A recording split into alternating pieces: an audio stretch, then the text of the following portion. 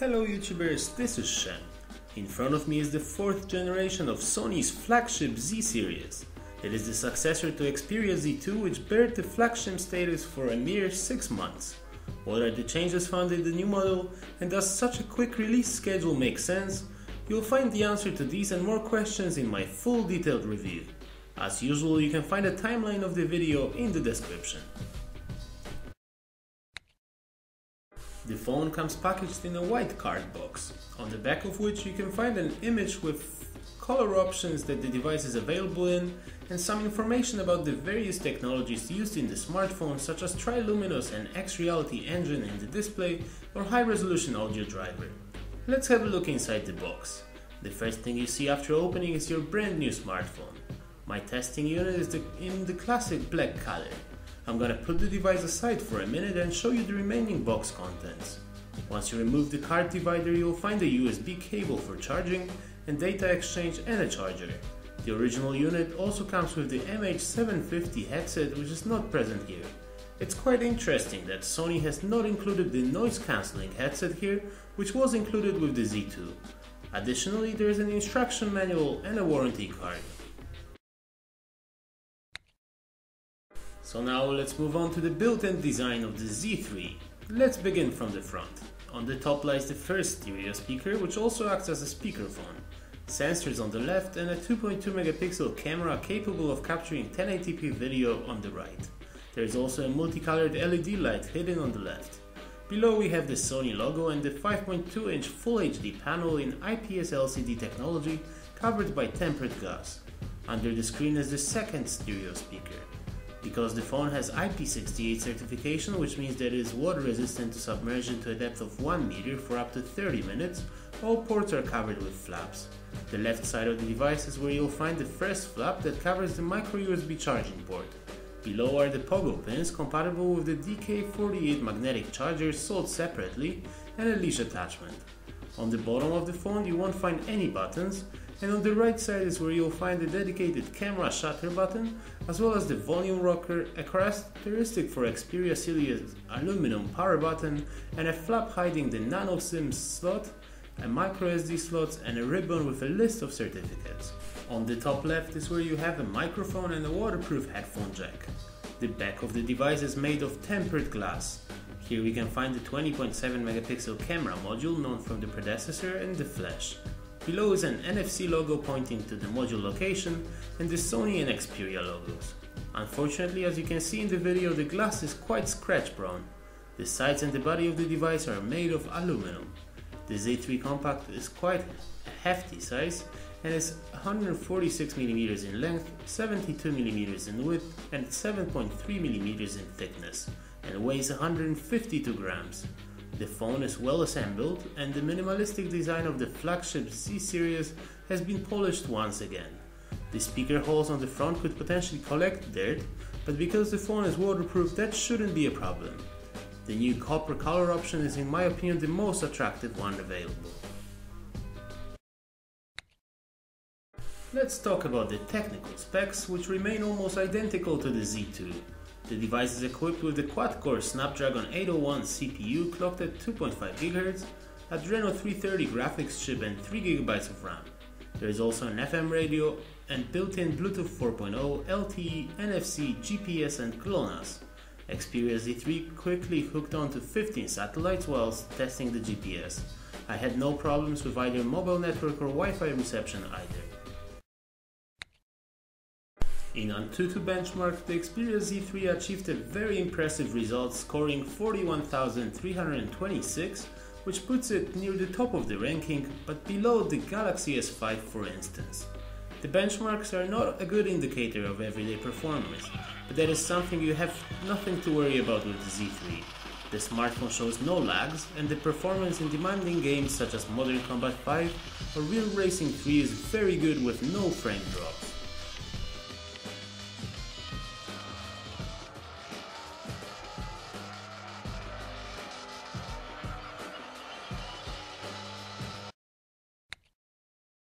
Xperia Z3 is equipped with 2 front-facing stereo speakers. This is simply the best speaker location for a smartphone, and the sound quality is slightly improved since the Z2. The maximum loudness is a little bit higher and the sound more pleasing to the ear. During calls I had no problems with the speakerphone and people on the other side didn't complain either.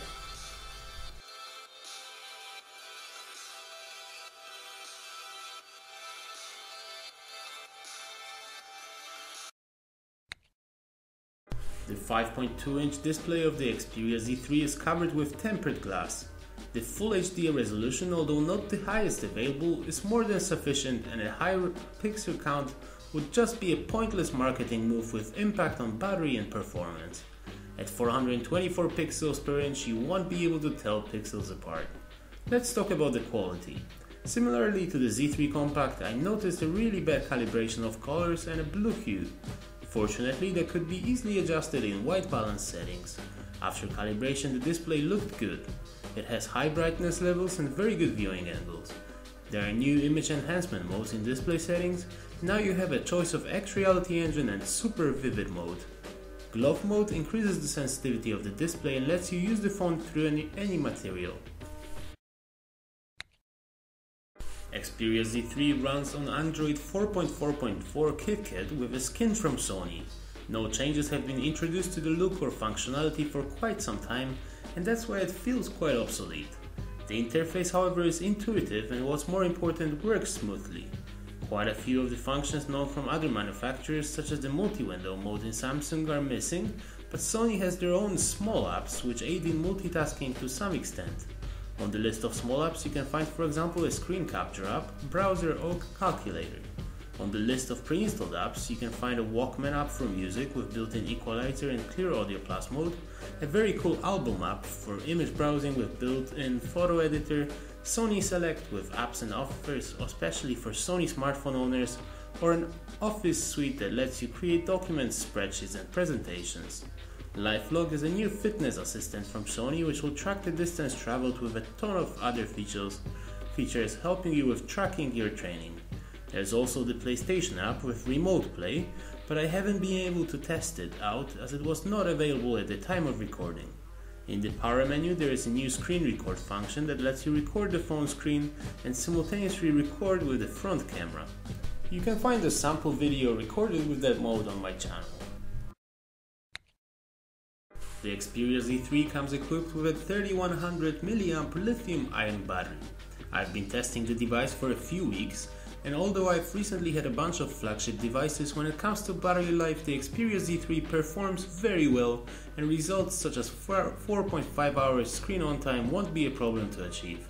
In the settings you can find an extreme battery saving mode called Ultra Stamina, which by limiting the functionality to the minimum lets you squeeze out a few hours of work from the last couple percent of battery. Let's talk about the camera in Z3. The module has not changed from the predecessor and we still have the brilliant 20.7 megapixel sensor with higher aperture. Sony added a good deal of new software features, which are now also available for the Z2. The phone can record a maximum resolution of 4K or Full HD 60 frames per second. The maximum length of recordings is about 11 minutes because there will be an overheating warning after.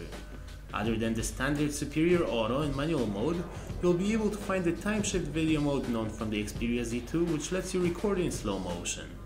Sound photo mode that lets you capture pictures with background sound, multi-camera where you can record the same scene from multiple angles using a connected Sony Xperia device, face-in which lets you simultaneously use the front and back camera, and background defocus mode where you can blur out the background after the shot. It's good that Sony finally introduced some missing features to its camera. The quality of shots is really good, but the superior auto mode can be temperamental at times, and you should really get acquainted with the manual mode as well. There is a noticeable improvement in night photography. You will need to place a phone on a flat surface or use a tripod to get the best shot, but once you do adjust the conditions properly, your images will be true masterpieces. The front 2.2 megapixel camera has not seen an improvement since the Z2, which is a shame, as I would expect at least a 5 megapixel module in. As usual, at the end a short summary and an answer to whether Sony Xperia Z3 is a smartphone for you.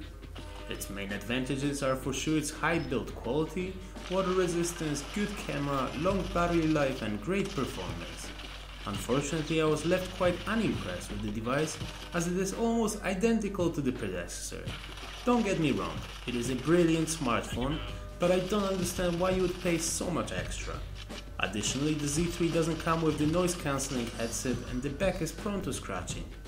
I like Sony, but I expect a little more from their flagship devices. I hope that in Xperia Z4, which should be introduced around the second quarter of 2015, the manufacturer will introduce more significant design changes. I hope you've enjoyed the review. If you did, don't forget to hit the like button under the video and subscribe to my channel. See you soon and thanks for watching.